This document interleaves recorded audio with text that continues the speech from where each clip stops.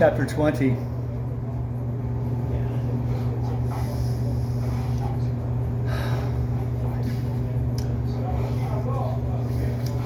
One day in the afternoon, we went to the races. Ferguson was 2, and Crowell Rogers, the boy who had been wounded in the eyes by the explosion of the shell nose cap. The girls dressed to go after lunch, while Crowell and I sat on the bed in his room and read the past performances of the horses and the predictions in the racing paper. Crowell's head was bandaged, and he did not care much about these races, but read the racing paper constantly and kept track of all the horses for something to do. He said the horses were a terrible lot, but they were all the horses we had. Old Myers liked him and gave him tips. Myers won on nearly every race, but disliked to give tips because it brought down the prices. The racing was very crooked.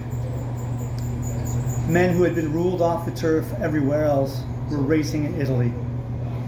Myers' information was good, but I hated to ask him because sometimes he did not answer, and always you could see it hurt him to tell you. But he felt obligated to tell us for some reason, and he hated less to tell Crowell. Crowell's eyes had been hurt. One was hurt badly, and Myers had trouble with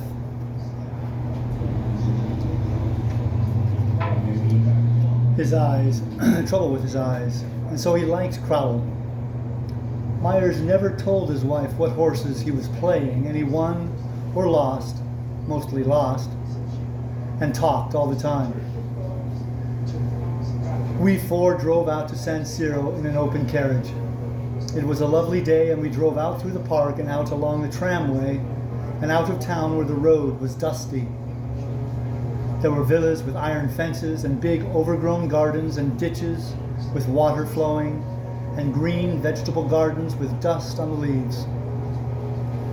We could look across the plain and see farmhouses and the rich green farms with their irrigation ditches and the mountains to the north. There were many carriages going into the racetrack, and the men at the gate let us in without cards because we were in uniform. We left the carriage, bought programs, and walked across the infield and then across the smooth, thick turf of the course to the paddock. The grandstands were old and made of wood, and the betting booths were under the stands and in a row out near the stables. There was a crowd of soldiers along the fence in the infield. The paddock was fairly well filled with people, and they were walking the horses around in a ring under the trees behind the grandstand. We saw people we knew and got chairs for Ferguson and Catherine and watched the horses.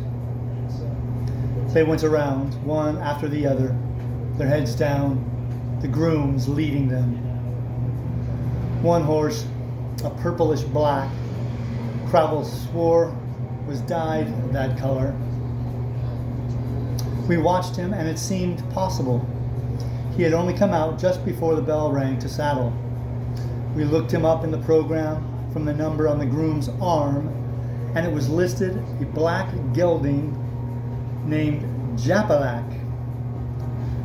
The race was for horses that had never won a race worth 1,000 lira or more. Catherine was sure his color had changed. Ferguson said she could not tell. I thought he looked suspicious. We all agreed we ought to back him and pooled 100 lira. The odds sheets showed he would pay 35 to 1.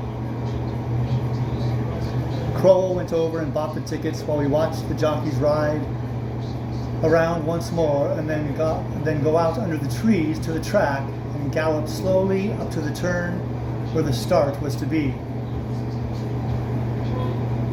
We went up in the grandstand to watch the race. They had no elastic barrier at San Siro then, and the starter lined up all the horses. They looked very small way up the track, and then sent them off with a crack of his long whip. They came past us with the black horse well in front, and on the turn he was running away from the others. I watched them on the far side of the glasses and saw the jockey fighting to hold him in, but he could not hold him. And when they came around the turn and into the stretch, the black horse was 15 lengths ahead of the others. He went way on up and around the turn after the finish. "Isn't it wonderful?" Catherine said. "We'll have over 3,000 lira. He must be a splendid horse." "I hope his color doesn't run," Crowell said, "before they pay off." "He was really a lovely horse," Catherine said. "I wonder if Mr. Myers backed him." "Did you have a winner?" I called to Myers. He nodded. "I didn't," Mrs. Myers said. "Who did you children bet on?" "Japalac." "Really? He was 35 to 1. We liked his color." "I didn't. I thought he looked seedy. They told me not to back him." "He won't pay much," Myers said. "He's marked 35 to 1 in the quotes," I said. "He won't pay much." At the last minute, Myers said, "They put a lot of money on him." "Who?" "Kempton and the boys. You'll see. He won't pay 2 to 1. "Then we won't get 3,000 lira," Catherine said. "I don't like this crooked racing."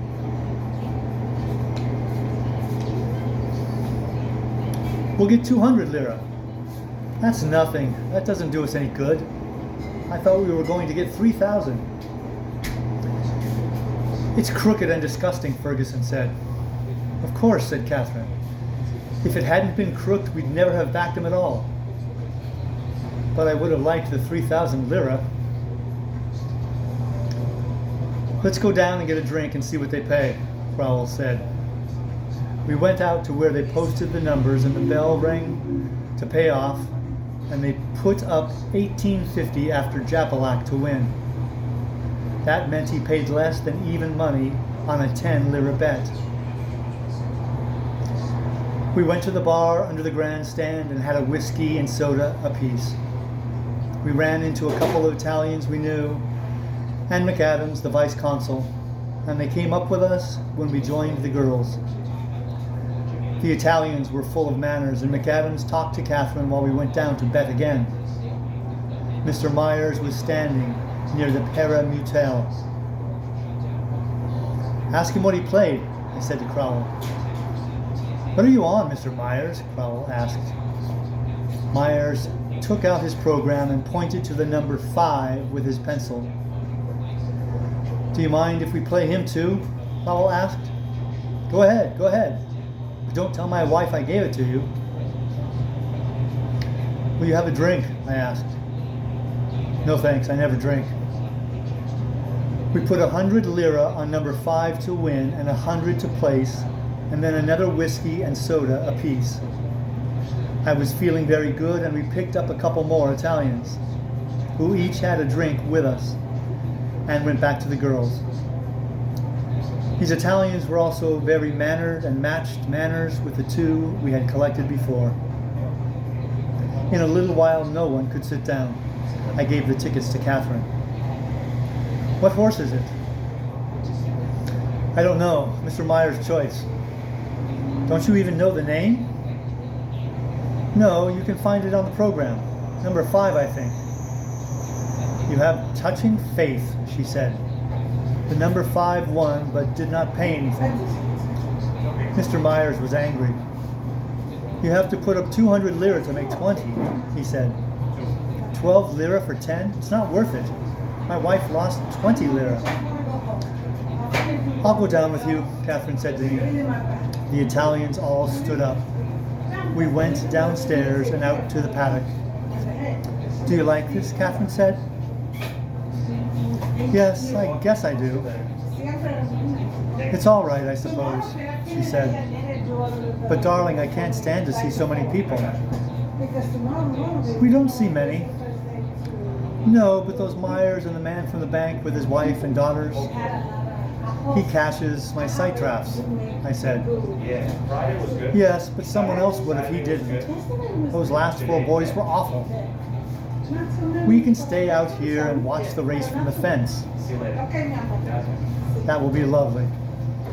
And darling, let's back a horse we've never heard of and that Mr. Myers won't be backing. All right. We backed a horse named Light for Me that finished 4th in a field of 5.